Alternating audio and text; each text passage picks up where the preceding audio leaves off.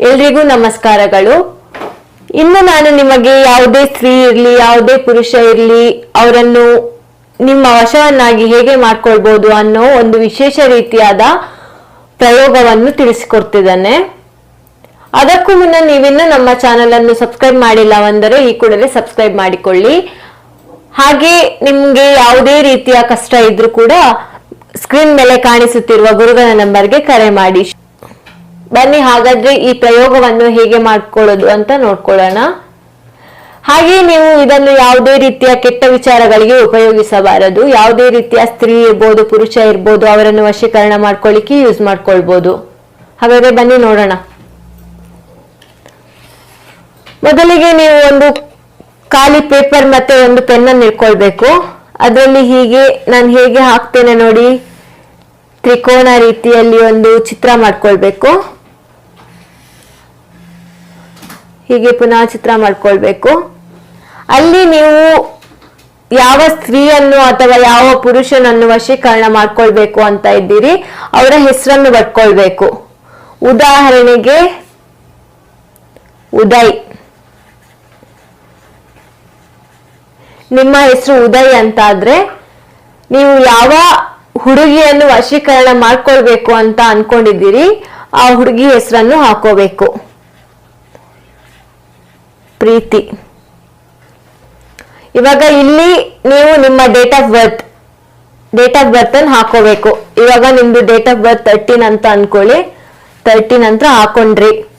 ಇಲ್ಲಿ ನೀವು ಪ್ರೀತಿಸಿದಂತ ಹುಡುಗಿಯ date of birth in case ನಿಮ್ಗೆ ಗೊತ್ತಿಲ್ಲ ಅಂತ ಆದ್ರೂ ನೀವು ಹೀಗೆ ಡ್ಯಾಶ್ ಅಂತ ಬಿಟ್ಟು ಅಲ್ಲಿ ಸ್ವಲ್ಪ ಕುಂಕುಮವನ್ನು ಇಡಿ. ಕುಂಕುಮ ಇಟ್ಟ ಮೇಲೆ ನೀವು ಒಂದು ಮಂತ್ರವನ್ನು ಹೇಳ್ಕೊಳ್ಬೇಕು.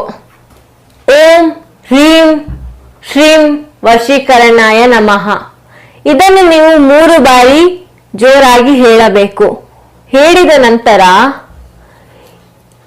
ಈ ರೀತಿ ಒಂದು ಡಾಟ್ ಅನ್ನಿಟ್ಟು ಸರ್ಕಲ್ ಆಗಿ ಮಾಡಿ, ಇಲ್ಲೂ ಒಂದು ಡಾಟ್ ಇಟ್ಟು ಇಲ್ಲೂ ಸರ್ಕಲ್ ತರ ಮಾಡ್ಕೊಳ್ಬೇಕು. ಸರ್ಕಲ್ ಮಾಡಿ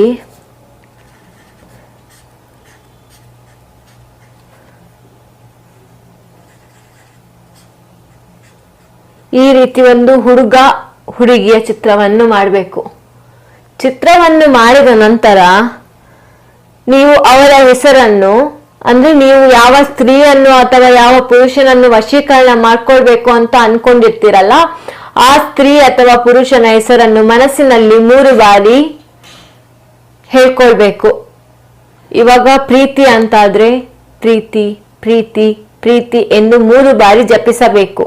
ಜಪಿಸಿದ ನಂತರ ಪುನಃ ನೀವು ಅದೇನು ಮಂತ್ರವನ್ನು ಹೇಳಿದ್ದೆ ಅಲ್ವಾ ನಾನು, ಅದನ್ನು 3 ಬಾರಿ ಹೇಳಬೇಕು. ಓಂ ಭ್ರೀಂ ಶ್ರೀಂ ವಶೀಕರಣಾಯ ನಮಃ. ಓಂ ಭ್ರೀಂ ಶ್ರೀಂ ವಶೀಕರಣಾಯ ನಮಃ. ಓಂ ಹ್ರೀಂ ಶ್ರೀಂ ವಶೀಕರಣಾಯ ನಮಃ. ನೀವು ಇಷ್ಟು ಮಾಡಿದ ನಂತರ ಇಲ್ಲಿ ಕುಂಕುಮವನ್ನು ಇಡಬೇಕು. ಸ್ವಲ್ಪ ಕುಂಕುಮ ಮತ್ತೆ ಸ್ವಲ್ಪ ಅರಿಶಿಣವನ್ನು ಹಾಕಿ ಇಲ್ಲಿ ವಶೀಕರಣಾಯ